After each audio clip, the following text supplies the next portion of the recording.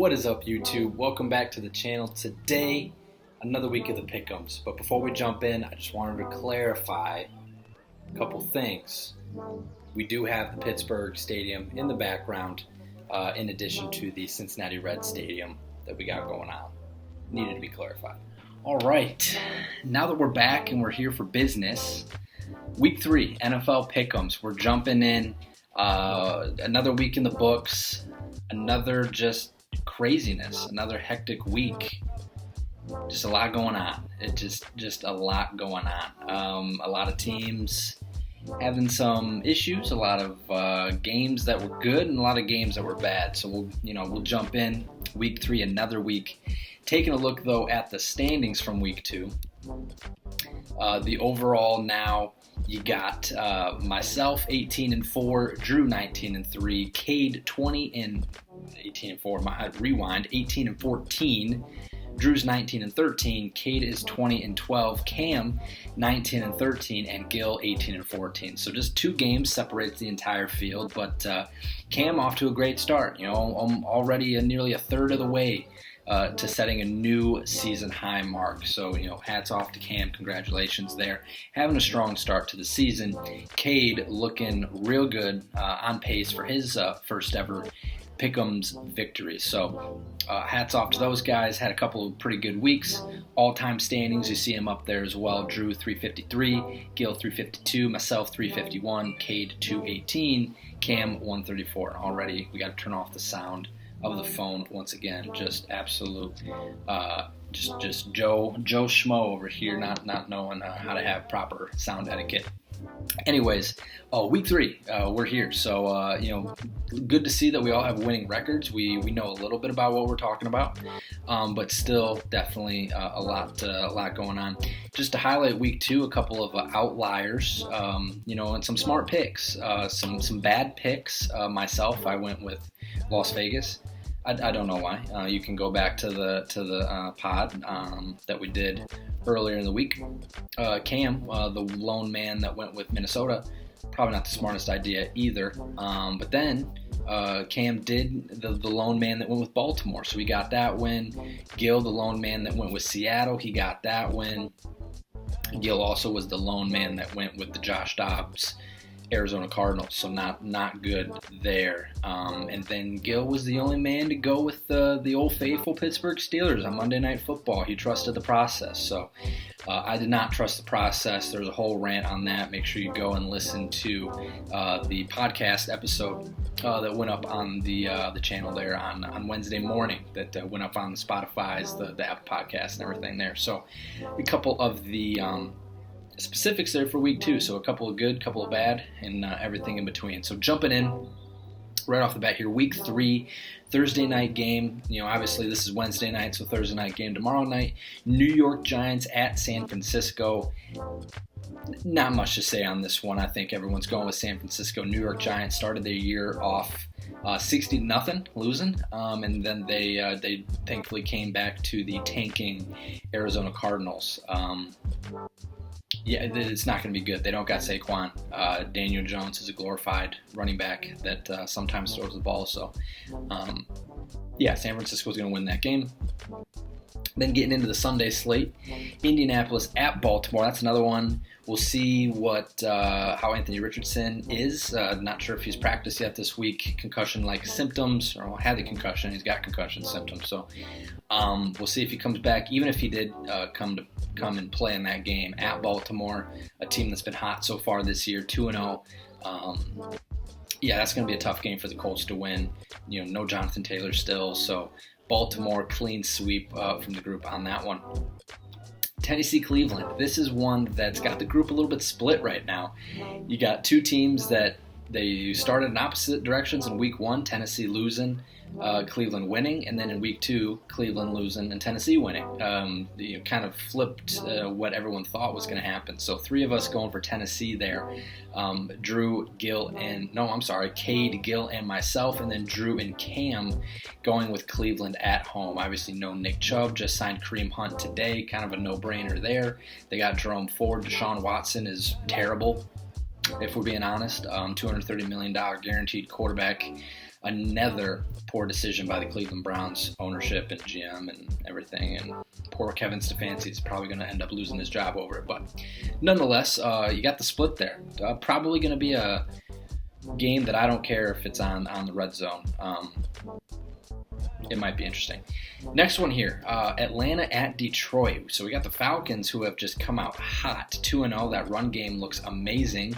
Detroit, who came in, had that surprise factor in week 1, took down Kansas City, who didn't look all that great in week 2 either. But then at home opener, Seattle Seahawks coming into your house, the team that knocked you out of the playoffs last year, and you lose. And there's some questionable coaching decisions, and the defense isn't there, and kind of the same old Lions feeling percolating, coming back. So 2 of us going with Atlanta here, Cade and myself, and then Drew, Cam, and Gil going with the Lions. And the Lions can definitely win this game. If they come in ready to go, they probably have that losing taste in their mouth, and they're going to play pretty well in this game. And if they get Atlanta out of a rhythm and they stop the run, they're going to have a good shot. I don't know. I just went with the Falcons on this one. We'll see. Desmond Ritter's looked fine, but that running game is undeniable. It's really good. Getting into the next game, the team that the Falcons just played, New Orleans Saints, traveling up to Green Bay.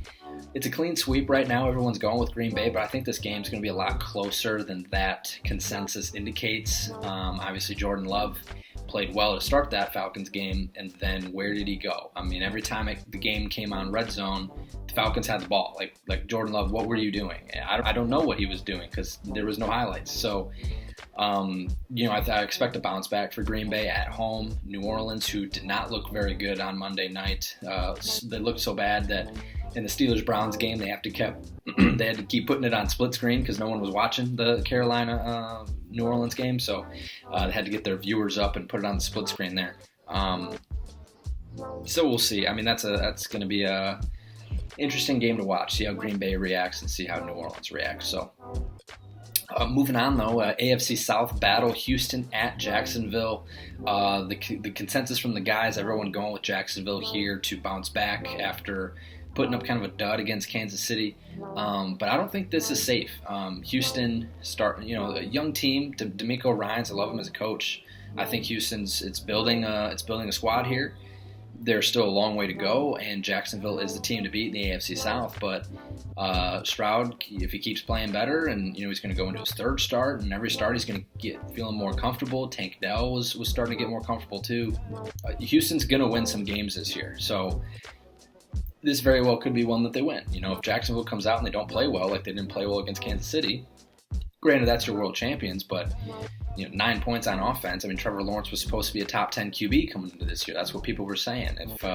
If you're not a fan of that, and just ask Drew his thoughts, he'll agree with you. So the consensus is everyone's picking Jacksonville, but will remain to be seen. I think that's an upset watch for me. So I'm gonna put an upset watch out there. Bah. Okay. Next game, Denver at Miami. Denver, a team that was so close, both week 1 and week 2, and they just found a way to lose. And you can take the coach out of the system and put a new coach in that has had history of success, but when the players on the field are the same, you're getting a similar result, and has not improved there. So going into Miami, a team who's played really well in week 1. Got a win on the road in Gillette Stadium in week 2 in Foxborough.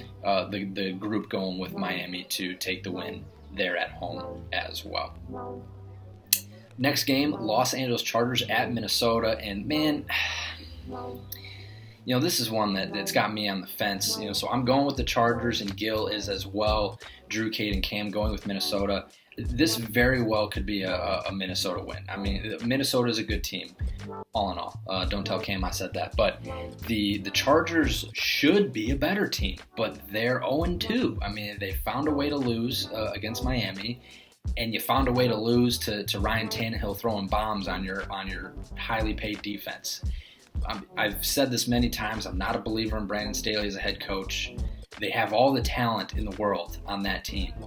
You look at the offense. The wide receiver core is great. Eckler's great. He's out right now, but he's great. Joshua Kelly was doing just fine as backup. You got Jay Herbo, top 5 QB in the league. You got Khalil Mack on defense. You got Derwin James on defense. You got the J.C. Jackson, who you're paying him the entire world's debt balance of money is all going to him. That's why we got debt in the world. That team needs to win. This is about as much of a must-win game as it gets. You go 0-3, a tough schedule ahead in the AFC West. Brandon Staley's seat is on fire. So yeah, that's one to watch. Minnesota's good though. I mean, they got the receivers. Kirk Chains, 1 o'clock game. You should light the world on fire. So we'll see. At least I think it's a 1 o'clock game, but we'll see there. That's the spread at the moment. New England at the New York Jets. Surprisingly split here. Myself, Drew, and Cade going with New England. And then Cam and Gil, the Jets fan, going with the Jets. I guess believing in Zach Wilson. Probably the optimism that hopefully Breece Hall gets more touches than 4 this week. Jets haven't beaten the New England Patriots in, 14 straight games now? Gil will know the stat, but... we'll see. I think I'm going to keep going against the Jets until they figure out and pull out a victory. And this is a game that if they want to talk up their defense for how good it's supposed to be, and they want to talk about this and that, and you got the running backs there, you got to win this game if you're a Jet. There's no ifs, ands, or buts about it. If you want to go anywhere this season, you got to beat the Patriots at home. It starts there. So you gotta get on track there and get another victory. Next game, Buffalo at Washington. Pretty much the group going with Buffalo. Cade, the lone Washington truther. Sam Howell, truther. I like Sam Howell. Nothing wrong. Nothing going against the guy. I just think Buffalo's better. I know you're 2-0 Washington, but you played Arizona and then you played Denver. And those are two teams that are not good. Bottom half of the league. Buffalo is in the top half of the league. So, going into your house, we'll see how you react. But I think Josh Allen and the team's just going to have too much talent for Washington to handle. And if you get in a shootout, Josh Allen versus Sam Howell, that'll be fun to watch. I'll like when that game gets on the TV. That'll be fun. Terry McLaurin and Stephon Diggs going at it. But I got the Buffalo Bills taking this one. A lot of people do. But Cade, maybe he's onto something. I could see it happening. Next one, Carolina going to Seattle. Cross country there. NFC matchup. Pretty much the consensus is Seattle Seahawks there. Carolina, young team. Didn't look good on Monday night. Pretty easy consensus there that I think Seattle is going to come out with a victory. But don't get comfortable in the NFL. Just when you think you got an easy win, Carolina could go into town and really get an upset. So, don't get too comfortable in your seat. But Seattle is understandably the chosen one in this game. Dallas at Arizona. So Dallas going into Arizona playing another subpar team after playing terrible Giants in week 1, playing a backup QB in week 2, and now you got Arizona who's on QB4, even though he's the best QB4 the NFL's ever seen. But they are the tank job Arizona Cardinals, so expect that to be an easy win for them. And we'll continue to see is Dallas really good or are they just playing bad teams. We do not know yet. I'm sure Drew probably thinks he knows. Next one, Chicago at Kansas City. Not looking good for Chicago Bears fans. Sorry, Tom. Does not feel good to be a Chicago Bear fan. Is Justin Fields the guy? Is he not? He's not the guys earlier this year. Kind of overreacting a little bit. Is the offensive coordinator boxing him in? We don't know, I guess. KC, though, week 3, is trying to get back on schedule, get some wins, get that record improved. So, the group going with KC on this one. Sunday Night Football, Pittsburgh at Las Vegas. Traditional trap game for Pittsburgh. They never play well against the Raiders. I don't expect them to play well against the Raiders on Sunday night. I do hope that they win. If the team has any aspirations of going anywhere, you gotta beat the Las Vegas Raiders on Sunday Night Football. So myself, Cam, and Gil all going with the Steelers. Drew and Cade. Cade, first time. Cade, the Raiders fan, first time picking the Raiders so far this year. So he's got the faith. And Drew, notorious Pittsburgh hater, as well. It's going to be a tough game. I ranted about the Steelers a lot. Defense, fantastic. Offense, absolutely awful. So, if you're going to do anything, maybe T.J. Watt can score 21 points and Alex Highsmith, they can score 21, and maybe you can win that game 24 to 21 if the offense can get like 3 points, I guess. Just absolutely atrocious. And a lot of injuries for Pittsburgh as well. So Las Vegas, a team that's going to be, they're going to be there. They're going to be ready to go. Jimmy G's he's not going to make dumb mistakes. He's going to put the ball where it needs to go. Josh Jacobs is going to have a rebound. He's not going to have negative 2 yards on Sunday night. He's going to have a lot of yards. So finding a way to stop that, I think it's going to be a close game, just like when they played last year on Christmas. And then going into the first of the Monday night games, Philadelphia at Tampa Bay. Are Philadelphia frauds? Are they good? Drew's going to tell you they're fraudulent. I'm going to tell you they're probably good. Tampa Bay, though, 2-0, has had a great start to the year, but you've played the Vikings, and you've played the team we just talked about. Why am I blanking? The Bears. Who are the Bears. So, you've had to go up against the real tough NFC North so far this year. So, Tampa Bay at home, Philly coming into your house. Upset alert, maybe Philly loses this game if they don't play as well as they have in the past, but I think they do, and I think they come out with a victory there at Tampa Bay. And then your final one, Los Angeles Rams at Cincinnati Bengals. 3 of us going with the Rams, myself, Cam, and Gil. Drew and Cade both going with the Bengals. I think this completely goes to if Joe Burrow plays or not. I think if Burrow plays, that offense is going to start to click. They're not going to be bad all year. It's just not going to happen. But if Burrow doesn't play, I think the Rams are good enough to sneak up on him and take a victory. Puka Nacua probably is going to have 45 catches in this game.